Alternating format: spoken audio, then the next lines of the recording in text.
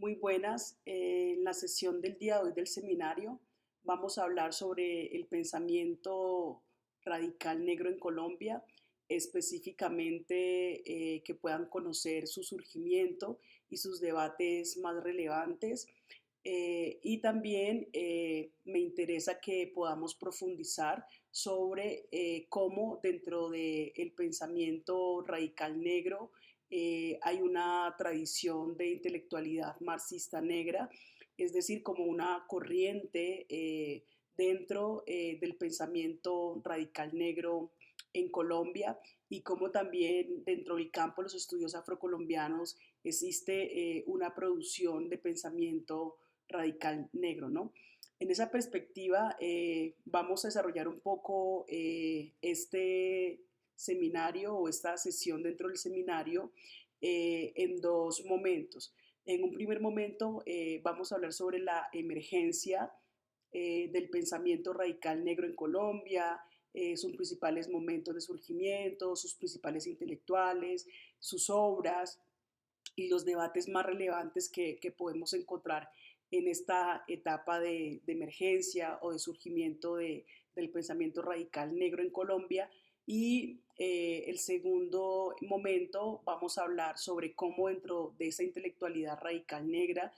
surge una perspectiva marxista negra dentro de este pensamiento, ¿no? Y cómo toda esta relación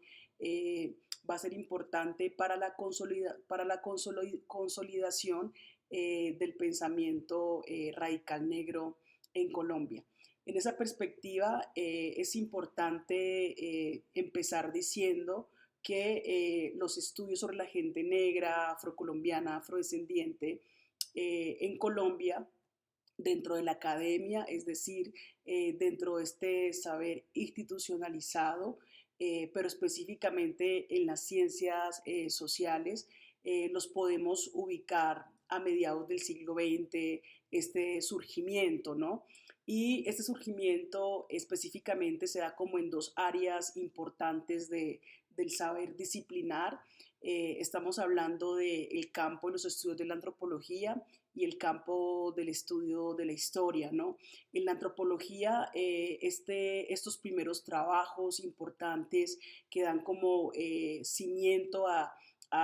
este momento de surgimiento y de emergencia del pensamiento radical negro, lo podemos encontrar con los trabajos del antropólogo Rogelio Velázquez, es chocuano, donde en 1947 escribió un texto llamado Autobiografía de un negro chocuano, donde empieza a abordar elementos sustanciales importantes de rasgos de lo que sería la cultura negra afropacífica, ¿no? En la región del Pacífico, y a partir de un trabajo de etnografía, de lingüística, empieza a hablar de los modos de vida en que las personas negras habitan la región del Pacífico, ¿no? Sus rituales, sus prácticas ancestrales en torno a la organización social y política de sus comunidades y territorios, ¿no? Luego, dentro de esta genealogía del surgimiento de este pensamiento, encontramos los trabajos del médico, novelista, ensayista y antropólogo Manuel Zapata Olivella, a quienes muchos llamamos el Ecovio Mayor, ¿no? Donde Zapata tiene una obra prolífera muy importante desde la literatura, la antropología, desde la etnografía, pero que podemos ubicar sus trabajos desde el año 1948, donde a partir de esos aportes va a ser un intelectual muy importante dentro de este campo de pensamiento, ¿no? Y otros lugares también importantes de este pensamiento también los podemos ver en el trabajo del padre jesuita José Rafael Arboleda a partir del año de 1950, ¿no? Un afroamericanista educado con Herkovitz en Chicago, donde también va a intentar traer varias nociones y conceptos importantes a la antropología, como el concepto de africanía, sincretismo, bueno, y todas esas retenciones y pautas de comparación América-África. Y va a ser también uno de los fundadores de lo que va a ser la antropología, al igual que Rogelio Velázquez, ¿no? Y en esa misma perspectiva del campo disciplinar de la antropología también encontramos los trabajos del antropólogo caribeño Aquiles Escalante Polo, que desde la época de 1954 empieza a hacer trabajo etnográfico y etnológico sobre las culturas negras, ¿no? Y aquí es importante porque Aquiles Escalante también va a tener este quiebre importante, más enfocado, a pesar de que trabajó lo afroamericanista, el sincretismo, huellas de africanía, va a tener un momento de distanciamiento importante y se va a convertir en uno de los pioneros de la intelectualidad marxista negra, que ya vamos a profundizar sobre su trabajo y su obra más adelante, pero es importante resaltar que Aquiles Escalante es uno de los primeros antropólogos que empieza a trabajar nociones como la división racial del trabajo, la raza, el racismo y la clase para entender más allá de la cultura, la dominación y la explotación. Entonces aquí el trabajo de Aquiles Escalante va a ser también importante dentro de esta relación entre el surgimiento y los debates del pensamiento radical negro y cómo dentro de ese pensamiento se expresa y nace una corriente importante como esta corriente marxista negra, ¿no? En esa misma línea está el trabajo del antropólogo inglés Thomas Pry, que en la misma época de Aquiles Escalante, en el 54, llega a Colombia también a hacer el balance de los estudios afroamericanos en Colombia, también hace trabajo de campo y también empieza a plantear la importancia de que dentro de la antropología colombiana se aborden los estudios de la cultura afroamericana, ¿no? Entonces aquí vamos a encontrar en un campo disciplinar muy importante como la antropología o la etnología en ese momento, como específicamente los trabajos de Rogelio Velázquez, de Zapato Olivella, el padre José Rafael Arboleda, los trabajos de Aquiles Escalantes y Thomas Pride dentro de la antropología van a ser un trabajo muy fundamental, importante para ir abriendo el campo de los estudios afrocolombianos dentro de la antropología colombiana.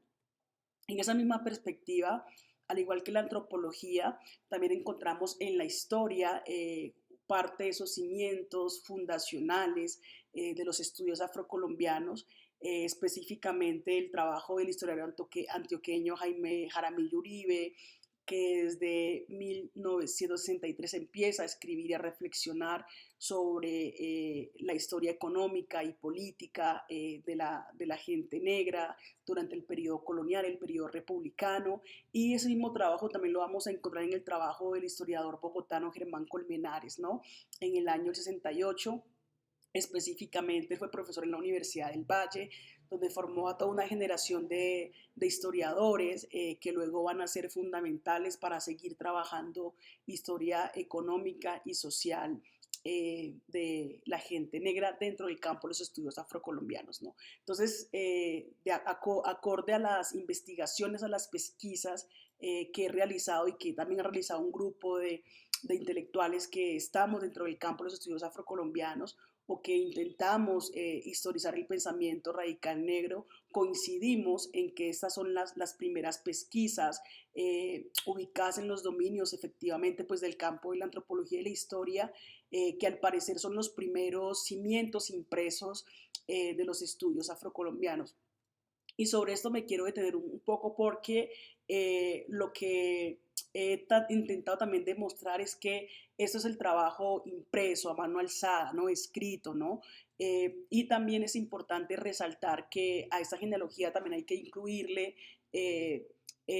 la palabra cantada y hablada de la poética, por ejemplo, de Candelario Beso, de Jorge Artel y de otras y otros decimeros del Pacífico que a partir de la palabra hablada iban construyendo también pensamiento radical negro, que también son parte constitutiva e importante de esta genealogía del pensamiento radical negro. Pero para efectos de lo que estoy haciendo, me he enfocado un poco más en el trabajo impreso, pero esto no quiere decir que se desconozca que también hay trabajo cantado y hablado en esa perspectiva, ¿no?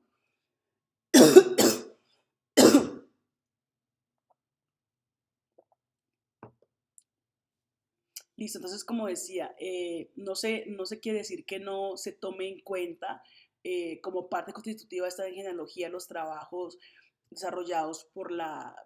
palabra hablada, cantada, de la poética de Candelario Beso y Jorge Artel, ¿no? También creo que es importante ubicarlos en esta genealogía, pero para efectos de lo que estoy haciendo me he interesado más por el trabajo impreso o escrito. En esa perspectiva, podemos concluir, como plantea José Caicedo, que el siglo XX presenció la emergencia de una diáspora africana con voz y letra, ¿no? Entonces el siglo XX va a ser un hito importante que va a permitir una confluencia, o como diría Santiago Arboleda, unas suficiencias íntimas entre diferentes intelectuales negros que van a ir consolidando la emergencia de un pensamiento radical negro. Ya que es importante distinguir varias cosas para efectos de la interpretación. Y es que si bien el surgimiento de los estudios afrocolombianos se da en el siglo XX, es importante resaltar que este campo de formación es un campo en disputa, atravesada por jerarquías raciales, de clase y de género, y que en esas perspectivas quienes han dominado este campo de representación de los estudios afrocolombianos han sido intelectuales blancos, en su mayoría adscritos a clases medias y burguesas, ¿no? Pero al mismo tiempo, cuando revisamos, encontramos que las intelectuales y los intelectuales negros que producen conocimiento han sido echados a las márgenes, ¿no? Un ejemplo de eso lo trabajé en mi artículo Quítate de mi esclera, no me hagas oscuridad, que invito a que puedan leer, donde demuestro cómo, por ejemplo, en el campo de la antropología, la dominación más representativa en las correlaciones de fuerza, es decir, quienes más tienen voz para hablar de los estudios de la gente negra, por ejemplo, son el padre José de Rafael Arboleda, Thomas Pryne, Inés de Friedemann, Jaime Arocha. Claro, han hecho una contribución importante en la antropología, a los estudios afrocolombianos, pero, por ejemplo, poco escuchamos hablar sobre Rogelio Velázquez, sobre Aquiles Escalantes, y sobre Zapata Olivella, ¿no? ¿Por qué? Porque justamente estos campos están atravesados por el sistema de opresión y dominación dentro de la academia, ¿no? Porque son las voces más autorizadas, más dominantes y donde sus juegos, saberes, narrativas y enunciados son los que más citan, los que más circulan efectivamente dentro del campo de conocimiento, ¿no? Entonces también paralelamente a esta genealogía como tal, me interesa que podamos profundizar más sobre las intelectualidades negras que están dentro del campo de los estudios afrocolombianos. ¿No? Hay un campo amplio donde hay una diversidad, polifonía de voces, perspectivas, pero que a mí me interesa un poco que podamos conocer más sobre las intelectualidades negras que están emergiendo en el campo de los estudios afrocolombianos y que esa emergencia pues es paralela al campo, ¿no? En el mismo siglo XX. En esa perspectiva, si bien los debates epistémicos pues que desarrolló la antropología y la historia son parte constitutiva de la emergencia escrita de los estudios afrocolombianos, es importante también señalar que en los intersticios y de forma simultánea estaba también emergiendo dentro de la intelectualidad negra unas perspectivas interpretativas que he querido llamar marxismos negros o marxistas negras, ¿no? En Colombia. Y esto va a ser desarrollado principalmente por intelectuales negros que están dentro del campo de estudios afrocolombianos, que hacen parte de la intelectualidad negra radical del siglo XX, pero que su perspectiva teórica va a estar más enfocada en los conceptos, perspectivas y análisis que propone los marxismos y en este caso específicamente lo que ha llamado Silis Robinson los marxismos negros, nuestra relación entre el racismo y la clase como un sistema intersectado de dominación y opresión, ¿no? Es así como en este trabajo que se ha hecho de reconstrucción de este campo de estudios afrocolombianos y dentro inclusive de las perspectivas de la intelectualidad negra, encontramos que casi pocos trabajos se han hecho o se han realizado con el interés de reconstruir los marxismos negros al interior del pensamiento radical negro colombiano o dentro del campo de los estudios afrocolombianos. Lo que ha sido un desafío que he intentado hacer es que, si bien por un lado es importante, y reitero y soy insistente en eso, en los trabajos que se han hecho de reconstruir el campo de los estudios afrocolombianos, en el trabajo que se ha hecho por reconstruir el pensamiento radical negro en Colombia, creo que allí ha faltado un trabajo más minucioso y más juicioso sobre las perspectivas teóricas e intelectuales dentro de la tradición radical negra, ¿no? Donde una de ellas, o una corriente importante durante el siglo XX, fue los marxismos negros o la perspectiva intelectual marxista negra, ¿no? Es así como, por ejemplo, podemos encontrar unas obras cumbres muy importantes que han historizado la emergencia y la consolidación de el pensamiento radical negro en Colombia, ¿no? Y parte de esas obras han sido fundamentales porque han permitido que podamos conocer los debates, las metodologías y los conceptos que propusieron estos intelectuales, hombres y mujeres negros durante el siglo XX, ¿no? Ahí me gustaría referenciar varios textos que son para mí cánones importantes que permiten conocer a profundidad esta experiencia epistémica, ¿no? Y parte de esos trabajos cumbres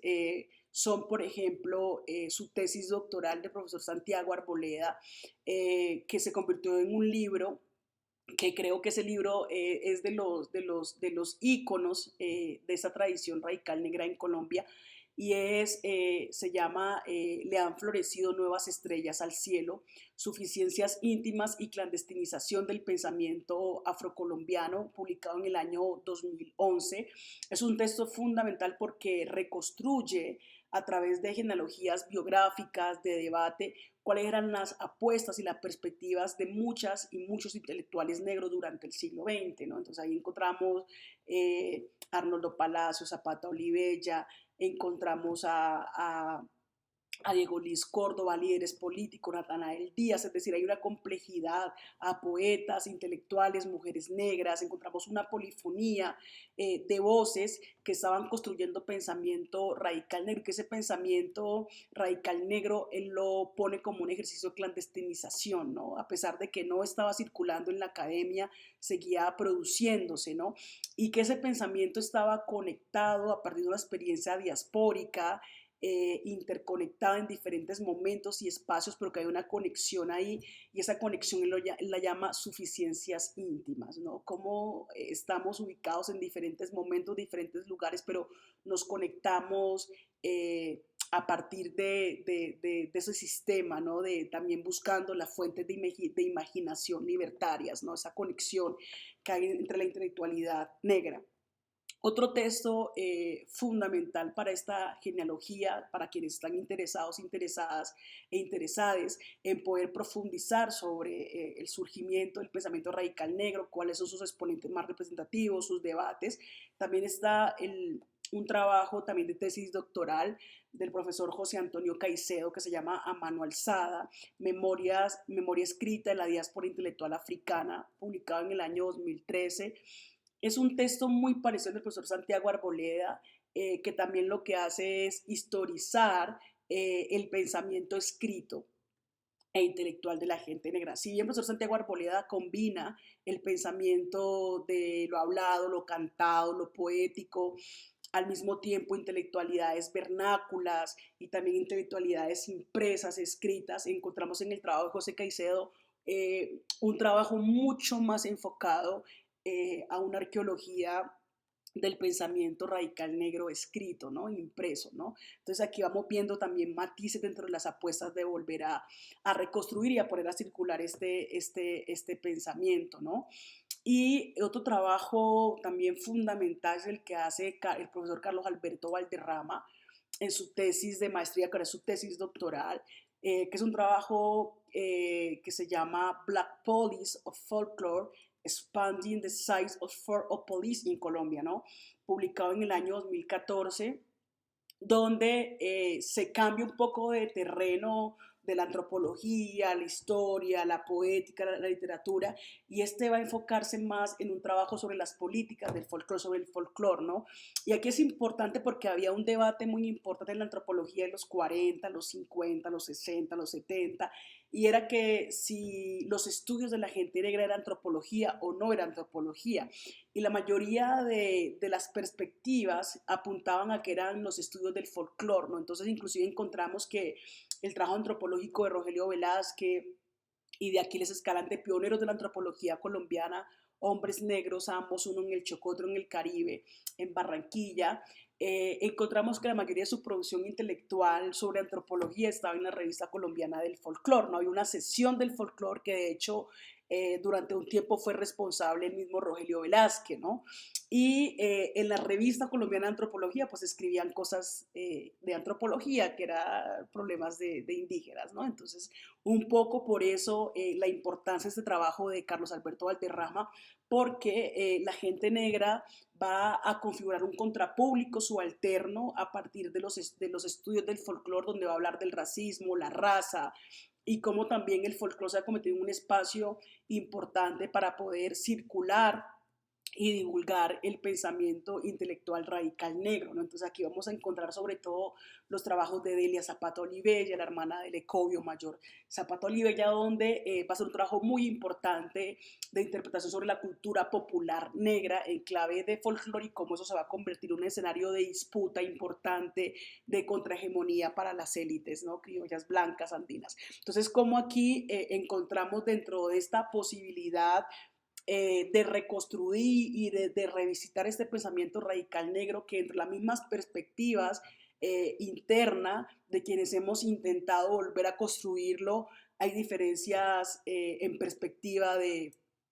cómo narrarlo, cómo decirlo, hay categorías de análisis y espacios que entran a configurar esta arqueología histórica, ¿no? Y también dentro de esta reedificación histórica de este pensamiento radical negro en Colombia, eh, también tenemos el trabajo del profesor Jorge García. Su libro se llama Por fuera de la casa del amo, insumisión epistémica o cimarronismo intelectual en el pensamiento educativo afrocolombiano del siglo XX. Este libro se va a publicar en el año 2016 y es fundamental porque si bien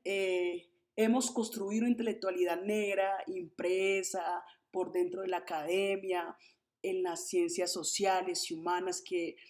ha estado en la marginalidad, en las márgenes, pero algunas veces ha circulado de forma un poco subalternizada, pero ha estado ahí, ¿no? Y en el caso del profesor Jorge Testo, lo que nos va a mostrar es cómo por fuera de ese lugar de poder institucionalizado como la academia, hubo una insumisión epistémica que produjo en las márgenes, pero en las márgenes totales, un cimarronismo intelectual, ¿no? De hombres y mujeres ubicados en el sistema educativo autogestionado, autónomo, generaron pensamiento intelectual, ¿no? Entonces aquí vamos a encontrar también una posibilidad de entender cómo por fuera de estos centros de poder, de producción de conocimiento, la gente negra se organizó para hacer insumisión epistémica y cimarronismo intelectual y a partir de ahí producir lenguajes de sentidos distintos o en correlación de fuerza con lo que se estaba produciendo en el campo del poder institucional como es la academia, ¿no? Y finalmente hay un quinto libro que es el libro Negro y Afro, la invención de dos formas discursivas, publicado en el año 2019 por el profesor Luis Valencia. Este también es un texto fundamental porque hace una reconstrucción biográfica discursiva de la noción negro y afro y cómo efectivamente eso produce sentidos en las intelectualidades y en la vida cotidiana y política de los mundos negros, ¿no? Entonces, en esa perspectiva, creo que estas cinco obras son fundamentales porque son las bases epistémicas, metodológicas, discursivas, que permiten esa reconstrucción dentro del campo de los estudios afrocolombianos, la la corriente de las intelectualidades radicales negras, ¿no? Entonces aquí tenemos por un lado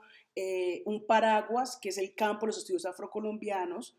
Dentro del campo de estudios afrocolombianos hay muchas voces polifónicas de personas negras, no negras,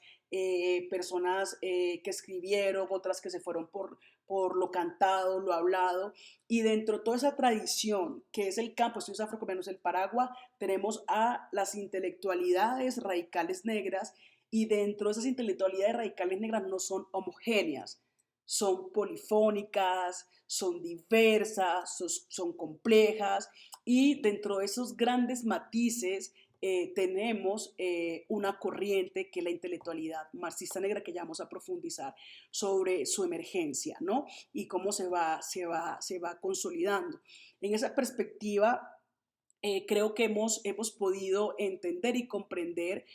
por un lado, qué son o qué entiendo por campo de estudios afrocolombianos, qué entendemos por intelectualidad negra, y cómo hay una disputa también interna en la intelectualidad negra de diferentes perspectivas teóricas, ¿no? Diría Anthony Bow, hay herejes, hay profetas, hay de todo, ¿no? Entonces un poco lo que me interesa es esto de la tradición. ¿Por qué? Porque al revisar y analizar la producción que hace Santiago Arboleda en su reconstrucción, que hace José Antonio, que hace Carlos Alberto Valderrama, que hace Luis Valencia, que hace Jorge García, son intentos fundamentales, y reitero eso, de poder historizar el pensamiento radical negro, pero en esa reconstrucción siento y he encontrado un vacío, y ese vacío es que no se trabaja a profundidad la experiencia o la perspectiva de la tradición letrada marxista negra, ¿no? Entonces uno puede inclusive en algunas páginas de esta reciente genealogía que construye José, Santiago, bueno, todos estos 5 pioneros de reconstrucción del pensamiento radical negro, que enuncian, sí, enuncian los debates, que ha existido intelectuales negros, hay un diálogo entre Natanael Díaz, que es un intelectual negro del norte del Cauca, frente al Partido Comunista, lo comunista, igual en Diego Luis Córdoba aparece, se narra un poco cuando se habla de la novela La selva y la lluvia, se intenta, pero que no existe un trabajo investigativo a profundidad que dé cuenta de esa tradición en Colombia, ¿no? Y por esas razones yo considero que es pertinente que podamos empezar a hacer un ejercicio de genealogía exploratoria sobre las intelectualidades marxistas negras impresas del siglo XX en Colombia, ¿no? Y dentro de ese trabajo que he venido realizando,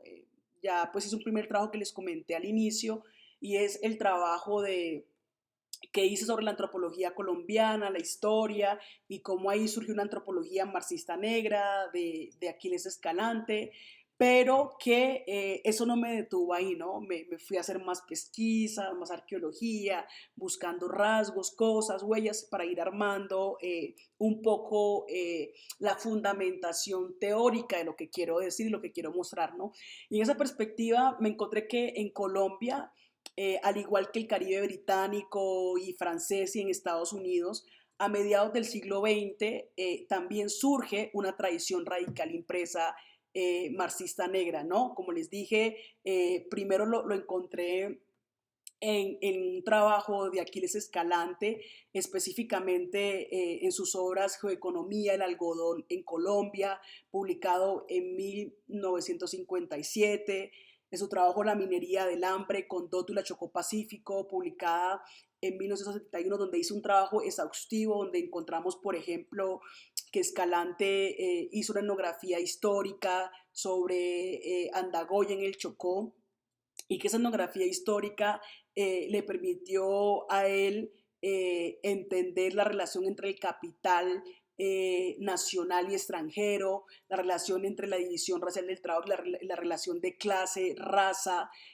tomando como antecedente el sistema de castas y la división del trabajo en la estructura social de la colonia. Y a partir de eso, Aquiles Escalantes conceptualizó la idea de pobreza asociada a la raza como un proceso de despojo y explotación de larga duración. Entonces aquí encontramos en ese trabajo etnográfico, histórico, en el libro La minería del hambre, Condoto y la Chocó Pacífico, publicado en 1971 por Aquiles Escalantes, encontramos cómo efectivamente se da esas huellas importantes para hablar de una antropología marxista negra en Colombia, que para quienes quieren profundizar, reitero, está mi artículo que se llama Quítate de mi escalera, no me hagas oscuridad, narrativas antropológicas y la imagen de una antropología colombiana. Ahí lo pueden profundizar y entender a profundidad un poco ese trabajo que hago sobre la antropología marxista. Asimismo, en el rastreo que he venido realizando de las huellas de los marxismos negros en Colombia, encontré 3 novelas que son contemporáneas, es decir, surgen casi en la misma época y que además estos intelectuales también son pioneros del campo de los estudios afrocolombianos y son parte constitutiva de esa genealogía del pensamiento radical negro, ¿no? Pero que a pesar de que hacen parte del campo de los estudios afrocolombianos, además son intelectuales negros, con ellos se funda en Colombia lo que yo he conceptualizado como la tradición letrada marxista negra colombiana, ¿no? Porque en esas 3 novelas encontré huellas que podemos hablar de marxismos negros en clave de lo que plantea Cyril Robinson en su libro The Black Marxists, ¿no? Entonces, ahí un poco haciendo esta relación, por ejemplo, la novela Las Memorias del Odio, que es publicada por Rogelio Velázquez, que es un pionero de la antropología colombiana, un pionero del campo de los estudios afrocolombianos y que hace parte de la tradición radical negra, pues se fue a la literatura a escribir marxismo, ¿no? Y en esta novela que es publicada en 1953, por ejemplo, encontramos que, por ejemplo, un trabajo sociológico impresionante de apartheid y segregación racial, por ejemplo, en Quindono, donde la élite blanca, descendiente de antiguos esclavistas, los amos blancos, en el periodo republicano se convierten en una aristocracia importante donde monopolizan la economía y la política, ¿no? Son la hegemonía política y económica del Chocó y de Quito y como la gente negra es la gente que es descendiente de antiguos esclavizados, es la gente más empobrecida en el Chocó y específicamente en Quito, ¿no? Y a partir de eso elabora todo un tratado de la marginalidad y la pobreza asociada a la raza, ¿no? Entonces ese trabajo de Rogelio Velázquez es fundamental porque además siendo antropólogo había hecho etnografía, trabajos más descriptivos, densos, pero cuando va a hablar de marxismo y de comunismo, utiliza el recurso literario para poder enunciar y decir cosas, ¿no? ¿Qué está operando en estas intelectualidades negras del siglo XX, ¿no? ¿Por qué no hacerlo en la antropología, pero lo hace en la literatura? Y lo mismo pasa con Arnoldo Palacios en su novela La selva y la lluvia, publicada en el año de 1958, también chocuano, y publica esta novela con un personaje Luis Aníbal, su personaje principal, donde Luis Aníbal es un hombre chocuano, nacido en La Manigua, que sale con el deseo de estudiar al Carrasquilla, un colegio muy importante en el siglo XX, en el Chocó, en la ciudad de Quito, luego se viene a Bogotá, luego va a Los Llanos, narra los sucesos de la muerte de Jorge Eliezer Gaitán, el Bogotazo, y luego empieza una disputa ideológica entre el liberalismo y el naciente Partido Comunista y el comunismo en Colombia, y cómo Luis Aníbal está en esa relación de abandono del liberalismo y quiere volverse un comunista porque el liberalismo no le pudo resolver los problemas de hambre y de racismo a su gente en el Chocó, ¿no? Entonces ahí vamos entendiendo también cómo la literatura y la poética escrita se convierten en un gran lugar de circulación del pensamiento radical negro, ¿no? La literatura va a ser importante y sobre todo en estos personajes que construyen como ese alter ego proyectado en otros, ¿no? Y también pues por todo lo que estaba pasando en Colombia políticamente después del 9 de abril de 1948, después de la 1 de la tarde, cuando matan al caudillo liberal Eliezer Gaitán, que empieza el Bogotazo, empieza una era de violencia fundamental en el país y cómo estas intelectualidades negras narran eso, ¿no? Narran cómo ese suceso se vivió en la intelectualidad negra y en la perspectiva futurista, afrofuturista de la gente negra intelectual en ese momento. Y finalmente, creo que otra novela que nos puede dar cuenta de esa tradición marxista negra dentro del campo, los estudios afrocolombianos y dentro de la intelectualidad negra, inscritas ahí, también es la novela Chamaco Corral de Negros de Manuel Zapata Olivella, ¿sí? Publicada en el año de 1962, ¿cierto? Esta novela construye un personaje que se llama Máximo, que es un descendiente de antiguos esclavizados, donde se da cuenta que la acumulación de riqueza de los blancos se da por el trabajo realizado por sus abuelos y abuelas esclavizadas, traídos de África en los barcos negreros, el dolor en Cartagena, y cómo su madre, una lavandera, le lava ropa históricamente a los ricos y no tienen ni para comer, ¿no? Y cómo él encuentra en los libros de la literatura, por ejemplo, La Madre, un libro importante, clásico, que narra la pobreza global y mundial arrojada por el capitalismo, empieza a leer marxismo y se vuelve un marxista y un comunista en defensa de su comunidad, en defensa del racismo que se ejerce por ser negros y pobres, ¿no? Entonces ahí yo creo que en esas tres novelas impresas emerge una intelectualidad radical negra pero marxista, ¿no? Dentro de esa gran tradición nace una corriente importante de pensamiento que va a ser los marxismos negros, como diría Cyril Robinson, o como diría Cedric Robinson, o como diría yo, una tradición radical negra marxista, ¿no? En Colombia. Entonces, así, en esa perspectiva, creo que hay unos hallazgos importantes que marcó unas afinidades y unas afiliaciones epistémicas de esta generación de intelectuales negros, ¿no? Entonces, en estas tres novelas hay huellas y fragmentos del marxismo en la tradición escrita negra en Colombia, ¿no? Y es así como esto permite como para ir haciendo reflexiones finales, ir concluyendo el proceso, es por un lado que hay que seguir explorando más en nuestros países, es decir, en Ecuador, en Venezuela, en Cuba,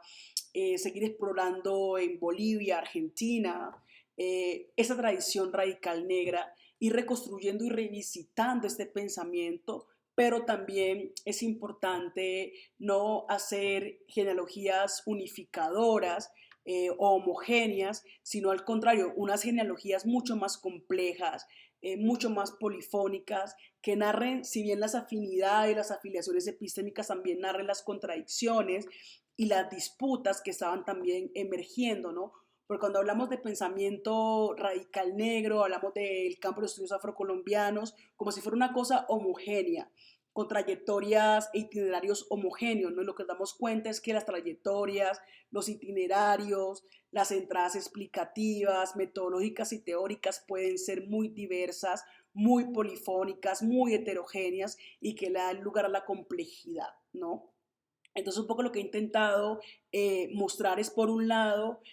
cómo se da la emergencia del pensamiento radical negro. Dentro de esa emergencia se da también el surgimiento de los estudios afrocolombianos, pero que dentro de todos estos matices hay un campo en disputa atravesado por la raza, la clase, el poder, la dominación y las jerarquías, ¿no? Y dentro de la intelectualidad negra hay diferentes apuestas teóricas por posicionar ciertos conceptos, estructuras y formas de leer la realidad negra, ¿no? Entonces, un poco la invitación es que sigamos reflexionando en torno a esto, eh, cómo entendemos los estudios afrocolombianos, cómo entendemos la intelectualidad negra y cuáles serían esas polifonías de voces e inclusive formas de escritura. Por un lado está lo impreso, está lo hablado, lo cantado poético, por otro lado está la combinación de esas diferentes formas. Hay diferentes trayectorias y perspectivas y cómo la negritud no es algo aislado de los debates teóricos, intelectuales, como estamos viendo con la tradición marxista negra en Colombia, que tampoco los sucesos históricos están aislados de las perspectivas e intelectuales, ¿no? En esa perspectiva, en esta posibilidad de seguir pensando, un poco serían mis reflexiones para seguir pensando las intelectualidades negras en clave de pensamiento.